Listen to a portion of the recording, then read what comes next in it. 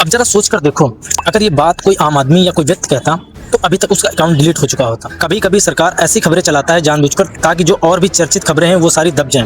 कल सुबह अचानक सरकार ने डीजल और पेट्रोल पर एक्साइज ड्यूटी 10-10 रुपए घटा दी, लेकिन हकीकत ये है कि आम आदमी के लिए पेट्रोल और डीजल की कीमतें बिल्कुल वैसी की वैसी ही हैं, कोई फायदा नहीं हुआ है।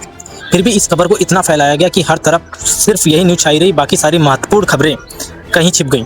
सरकार का मकसद साफ था कि हमारा ध्यान किसी और मुद्दे से भटकाना, क्योंकि ठीक उसी समय कुछ ऐसी खबरें आ रही थी जिससे नरेंद्र मोदी की इमेज खराब हो सकती थी। सरकार ने एक्साइज ड्यूटी कट की खबर इस तरीके से पेश की जैसे कोई बड़ी राहत दी हो। हर जगह यही कहा गया कि नरेंद्र मोदी सरकार ने अपने राजस्व में नुकसान झेलते हुए जनता को फायदा पहुंचाया है। यहाँ तक कह दिया, फिर से सुनिए, कि नरेंद्र मोदी ने अपने राजस्व में नुकसान झेलते हुए जनता को फायदा दिया है और शायद अपनी पुश्तैनी जमीन बेचकर इस नुकसान की भरपाई करने वाले हैं। मोदी की इमेज बिल्डिंग का पूरा खेल चलाया जा रहा है। दरअसल परसों के दिन सुब्रमण्यम स्वामी पूरी तरीके से छाए हुए थे। उन्होंने बयान दिया कि महिलाओं को मंत्री या सांसद बनने के लिए आज मोदी के साथ घूमना पड़ता है। उसके बाद मधु किशोर का ट्वीट आया जिसमें उन्होंने स्वामी की बातों को वैलिडेट किया। मधु किशोर ने कहा कि संघ परिवार को ये सब जानकारी बहुत पहले से थी। उन्होंने आगे बढ़कर आरोप लगाया कि नरेंद्र मोदी सीआईए के एजेंट है। उन्होंने 2016 में विधानसभा सत्र में कपिल मिश्रा द्वारा लगाए गए तमाम आरोपों को भी वैलिडेट किया। उस ऑडियो रिकॉर्डिंग का भी जिक्र किया जिसमें स्टैंडर्ड और किसी मानसिक स्थिति की बात थी।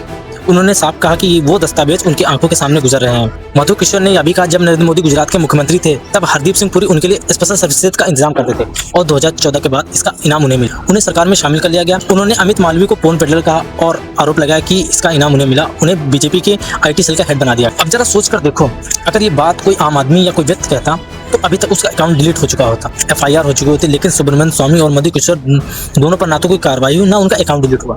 क्यों? क्योंकि सुब्रमण्यम स्वामी बीजेपी से हैं, छापार के सांसद और यूनियन कैबिनेट मंत्री रह चुके हैं।